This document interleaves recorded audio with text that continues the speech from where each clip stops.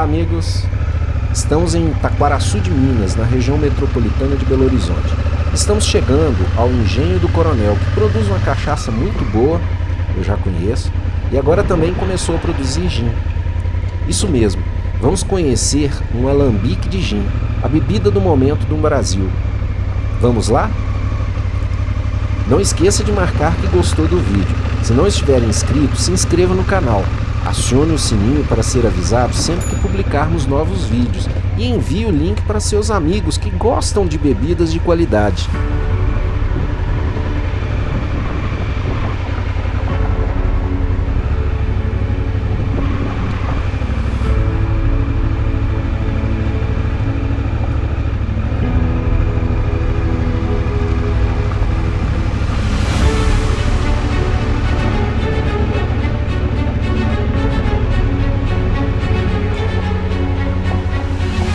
Quem nos recebe para apresentar o alambique de gin é Mauriceia, que explica em detalhes como é o processo de produção da bebida. Esse cesto eu deixo todos os meus botânicos e especiarias aqui, curtindo na água e no álcool de cereal, ok? Durante 2 a 3 dias. Eu trabalho com 11 botânicos, sendo que 3 deles ali no cestinho, porque eles são cítricos, que é a casca de limão siciliano, a casca de grapefruit e a lavanda. Então eu não posso deixar eles aqui no álcool, senão ele vai predominar demais, e sendo que no álcool, ali eles já roubam muito a cena. Então aqui eu deixo canela em pau, pimenta rosa, raiz de orris, raiz de angélica, zimbro e o coentro. A maioria dos gins, sempre a base deles é coentro e zimbro. Capim-limão, gengibre. Ficou aqui de 2 a 3 dias, aí eu faço a transferência dele para a torre de destilação. Isso aqui a gente trabalha igual uma panela de pressão. Ali só vem o líquido, nada de grão aqui não, tá? O grão fica todo lá. Aí aqui eu trabalho somente com o líquido que vai chegar em forma de vapor, para ele chegar para condensar. Igual é a nossa cachaça, que a cachaça, na hora que ela está destilando, que a gente fala lambicando, ela vai toda em forma de vapor. Quando ela chega aqui até 100 graus, tá? Uma panelona de pressão, quando ela chega na coluna de pratos, ela tem que estar aqui para mim 70, 80 graus.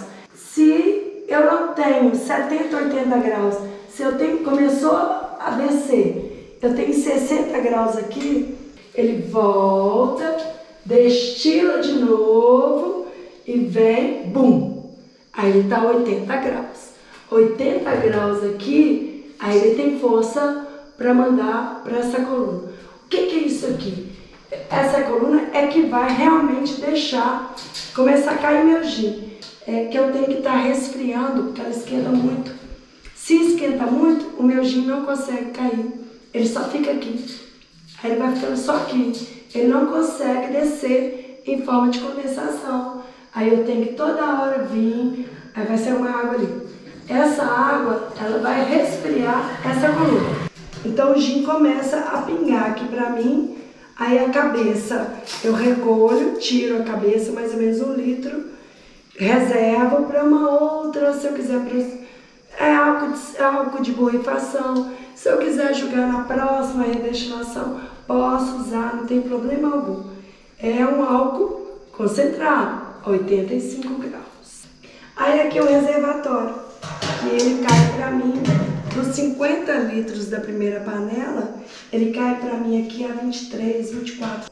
Aí eu vou padronizar o meu gin. Se ele, vou tirar uma média, chegou a 85, finalizei com 60, 65 no máximo, aí eu tiro uma média dele com o meu alcômetro, que ele fica aqui dentro, eu vou transferir para o tanque de padronização, que é o que é aquele ali. Como é que você transfere? Balde. Eu só estou com 25 litros aqui, tá fácil. Aí eu transfiro no baldão, jogo ele lá dentro, aí eu tiro uma amostra dele todo ali, tiro a amostra do alcômetro e vejo, vou no aplicativo, quantos litros de água que eu tenho que transferir para cá. Essa água não pode ser uma água normal, ela tem que ser uma água desmineralizada. Aí eu vou, aqueles galãozinhos ali, tenho meu filtro aqui, que eu encho todos os meus galõezinhos, tiro todo o mineral da água. Na caixa tem 2 filtros para tirar a impureza, porque é área rural, não sei o que vem para mim, eu não tenho água tratada, água de poço artesiano.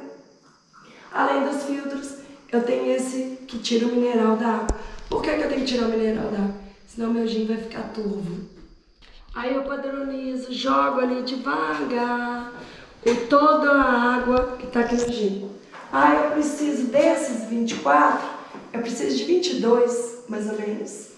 22. Aí eu vou lá, pego o alcômetro e meço, ver quanto que tá. Tá 45. Então eu vou lá, faço o cálculo de novo, para ele chegar pelo menos a 43. Por que 43? Eu tenho que transferir para o descanso. Na hora que eu transfiro para o descanso, ele fica aqui pelo menos uma semana. Eu não invaso ele de imediato, porque eu tenho que depois olhar o alcômetro dele para ver quanto que ele está chegando para eu poder engarrafar. Ele está a 43. Tá bom, posso engarrafar com 43? Posso, porque ele vai perder. Porque na hora que você abre o seu gin, ele vai embora pelo menos um pouquinho de álcool. Então, eu posso envasar com 43. Daqui, aí eu vou tudo por bomba. Daqui pra cá é bomba, transfiro tudo bomba. E daqui para o envasador. Vem cá pra vocês verem onde que eu invaso. Então, chegando aqui, ainda invaso, pego um balde, passo tudo aqui, tiro a primeira leva, volto com ele pra lá. Porque se tiver alguma impureza, aí sim, lá, depois de lavar, depois do gin ter descido, eu voltei, aí eu vou começar a envasar. Aí aqui eu faço todo o envasamento das minhas... O gin foi criado no século XVII, na Holanda, por um médico como remédio diurético para problemas renais, a partir da mistura de zimbro com destilado de cereais. Só que o remédio acabou caindo nas graças de quem não estava doente também. Soldados ingleses que lutaram uma guerra que ocorreu naquela época na Europa, conheceram e gostaram da bebida, que era barata e espantava o frio das trincheiras. E quando voltaram para casa, levaram a bebida e a receita. Atualmente é uma bebida muito apreciada por quem gosta de drinks, devido à diversidade de combinações que oferece. Não, você tem que tomar essas especiarias maravilhosas para sentir um sabor. Então vamos experimentar o gin da Mauricéia direto da fonte, né? Antes de ser envasado. Cheiroso.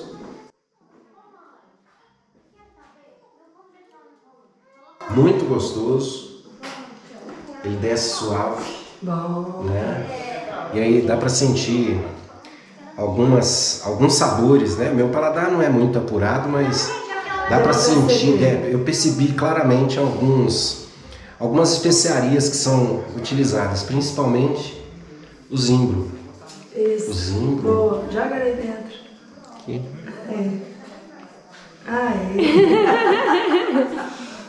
Agora aproveitar e se deliciar, hein? Para falar que é um gin de qualidade, quando você balança ele tem que chorar. Parceiro de negócio. Isso, meu amigo. Como vinho e como uma cachaça de qualidade.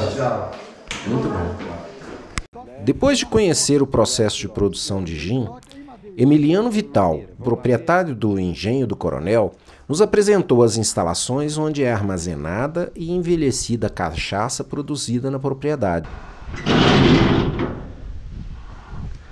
Então vamos lá ver o estoque em madeira. Olha que maravilha, hein? Aqui também tem umas dornas aqui de metal. Metal é aço inox. Aço inox. Aqui é cachaça prata, envelhecendo. Aqui nós temos castanheira. Aqui nós temos o bálsamo. Aqui nós temos castanheira. Aqui nós temos amburana. E de uma maneira geral, todos os tonéis escuros são de carvalho. Ou francês ou escocês. E os claros, amburana ou então bálsamo. Agora chega um determinado momento que a madeira já extraiu uma boa parcela do bálsamo, consequentemente, nesse momento, que ela atinge aí 2 anos de envelhecimento, aí nós colocamos aqui. Tira, e daqui vai para engarrafamento. Tira da madeira e traz pro... e colocamos no aço inox para que ela possa descansar mais um pouco antes de ir para o engarrafamento. Aqui, amburano também. Bálsamo, amburana, carvalho. Aqui é carvalho. Aqui quer dizer que ele ficou entre 2014 e 2018 no carvalho. No carvalho. Então ele está aqui desde 2018. E aqui são cachaças prata, né? Tá. Prata. Produzidas em 2015. Em 2015, segundo semestre de 2015, e ali foi segundo semestre também em 2015. Nós temos aqui 16 dornas de 3 mil litros, onde a gente coloca as cachaças prata para maturar. E as cachaças envelhecidas já alcançaram o nível de envelhecimento. Temos também 200 tonéis de carvalho, amburana, bálsamo e castanheira que estão envelhecendo cachaças mais novas. Então a nossa produção é uma produção pequena. Nós estamos aí há 10 anos. Todos os barris são identificados com número. O número é isso mesmo. E aí o senhor sabe pelo número quando que a cachaça foi produzida. Quando foi produzida, quando ela começou o envelhecimento, para depois de 2 anos a gente joga na dona de aço inox. Muito bacana. E o cheiro aqui é maravilhoso. Então aqui é onde a cachaça é engarrafada. Nós temos aqui essa ala onde nós engarrafamos cachaças envelhecidas. Temos aquela ala ali onde nós engarrafamos as cachaças prata. Okay. Nós não colocamos todas no mesmo nível, porque a prata pode contaminar a envelhecida e vice-versa. Então a nossa envelhecida é uma envelhecida pura. Passa por aquele primeiro filtro ali.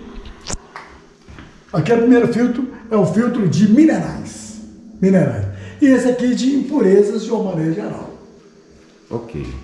E aqui é uma enchedeira de 4 bicos que satisfaz plenamente o trabalho da nossa funcionária. E aqui foi a produção de sexta-feira à tarde, onde na segunda ela vai colocar o rótulo, colocar o selo e selar. Nós temos aqui a caninha, que é só carvalho. Então que é só carvalho? No carvalho.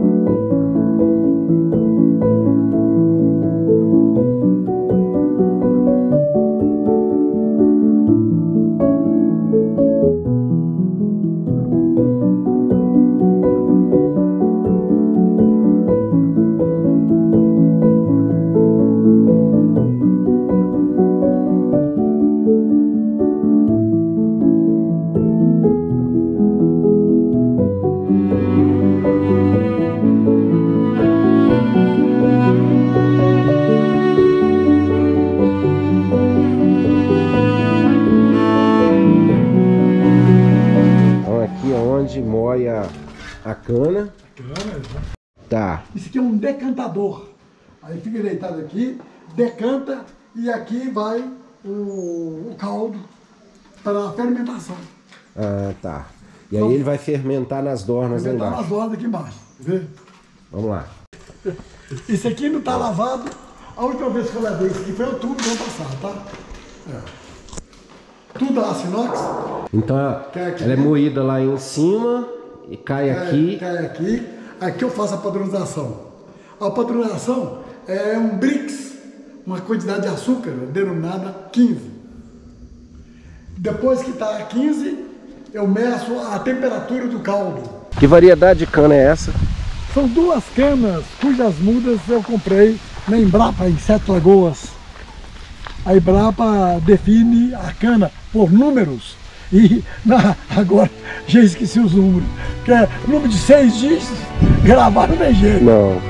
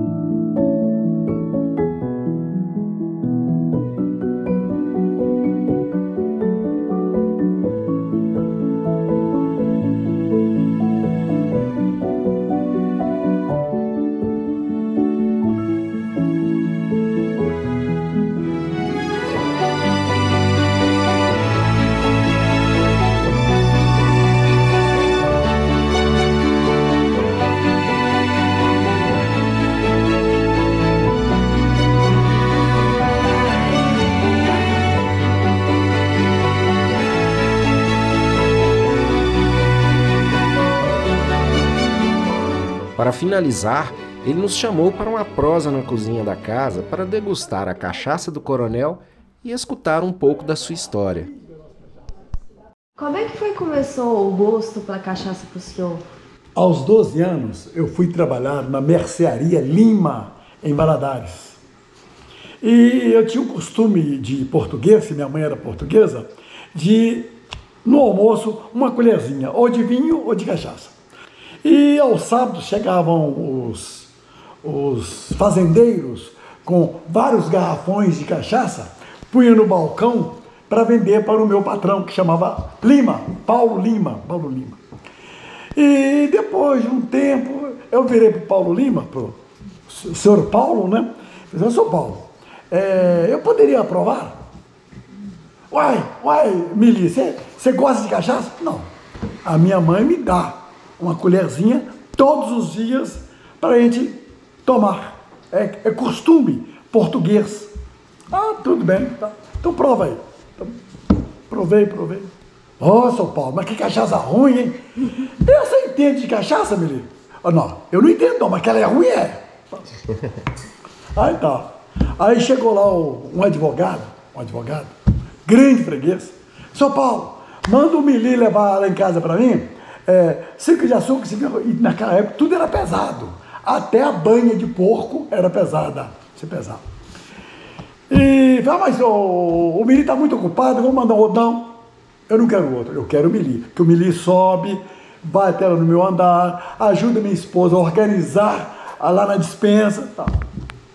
E depois disso aí, ele falou, Paulo, me dá uma cachaça, tá boa. Aí ele tomou, quando ele tomou, é essa cachaça que você recebe o seu cliente bom? Aí pronto, aí eu virei pro São Paulo e falei, eu falei que não prestava, né? A partir daí, eu fazia assim, o rei da cachaça. A fama correu na cidade.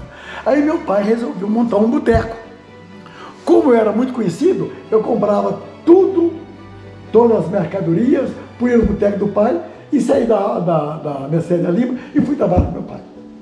E como eu ia conseguir? Eu já sabia quem vendia cachaça boa, sabia quem vendia cachaça ruim, ia lá comprar. Tinha uma região de Valadares, um distrito de Valadares, chama-se Pontal. Lá tinha umas 3 fazendas que eu, aos 13, 14 anos, ensinava os caras a fazer cachaça.